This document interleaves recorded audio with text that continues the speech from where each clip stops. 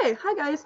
I'm going to show you a few quick things on how you can use your color palette to the best of your ability, and the best of my ability, because I don't know everything about Toon Boom, but I'm going to show you what I know about how to use the color palette in Toon Boom. So let's get started. Right now I just have a drawing layer and a color card. You need the color card for your video to render correctly. So on the drawing layer, and you can see that these are the colors that Toon Boom defaults to. They're pretty bad colors, so I wouldn't recommend using them. You can change your colors by either making new ones.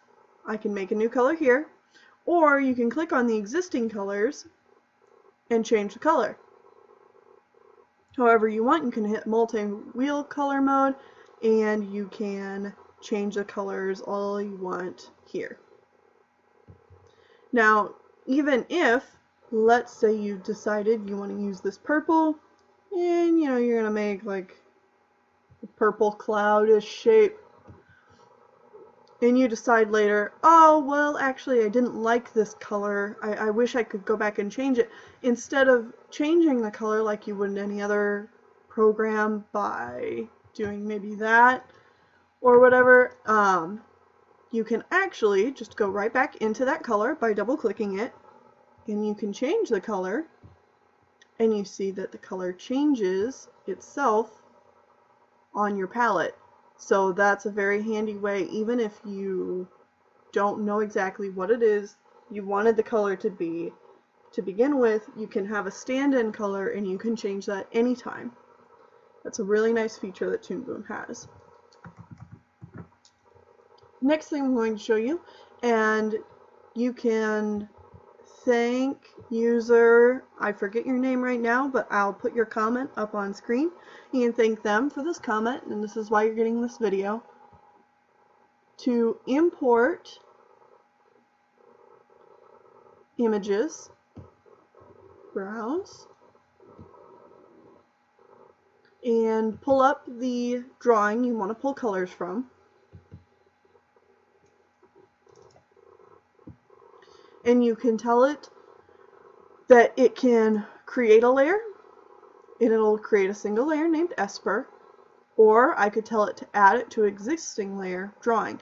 I'm going to tell it to create a new layer, and I want to make sure that it is in color, not gray or in black and white, color. That way I have all the colors that I need to get from it. So I go to this Esper layer.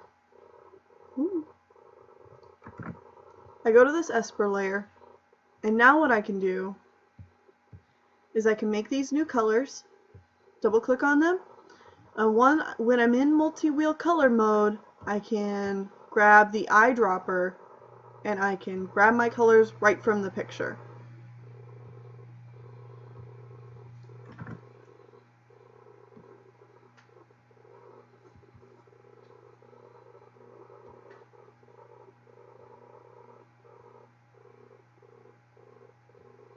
And I can grab all the colors I need right from there. Now, another handy thing, let's say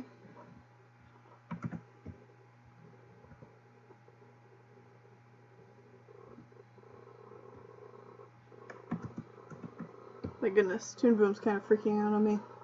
Alright, let's say you want to get rid of a lot of these colors. That way you have a very simple palette to look at. Just black, white, but you have lots of characters that need lots of different colors. I'm going to show you a recent project I had.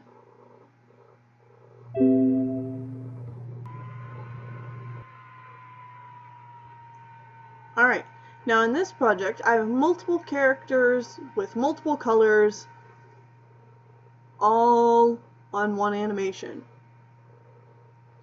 So if we take a look at just my basic palette, you'll see black, white, blue, and then a few grays and a red. And these are the colors I used for my background.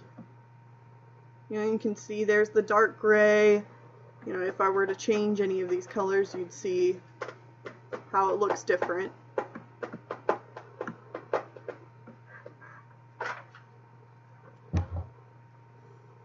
But what you can also do is you have this button up here and you have scene palettes. Now what I like to do is I put the palettes for each different character in a different palette. That way it's easy for me to find all the colors I need just for one character at a time.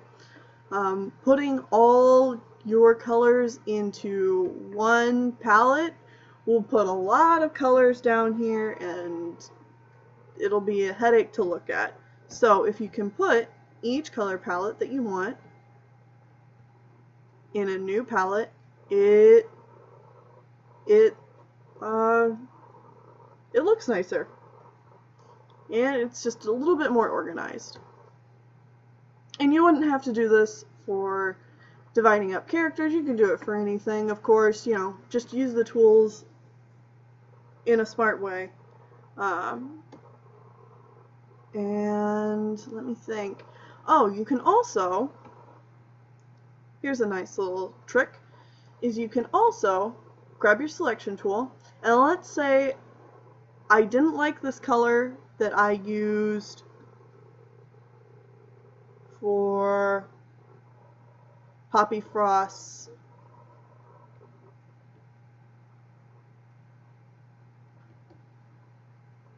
why is that not working?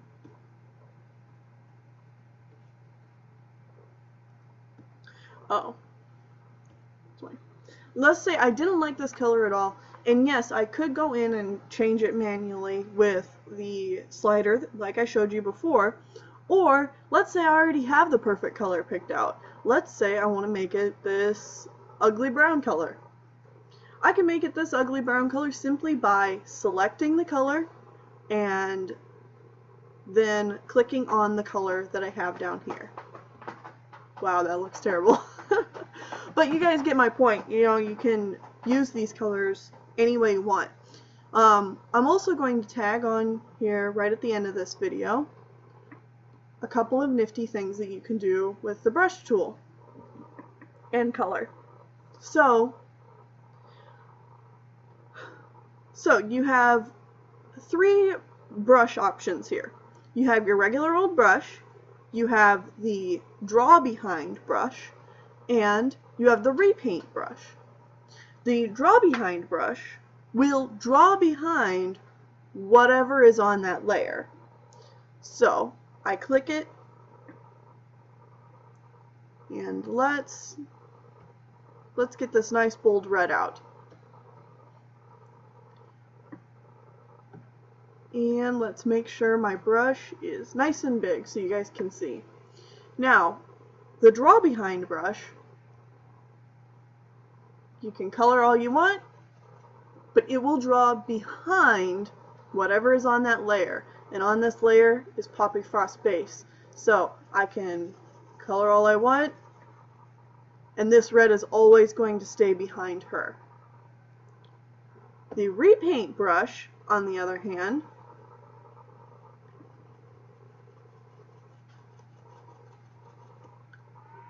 will only draw on what's already there.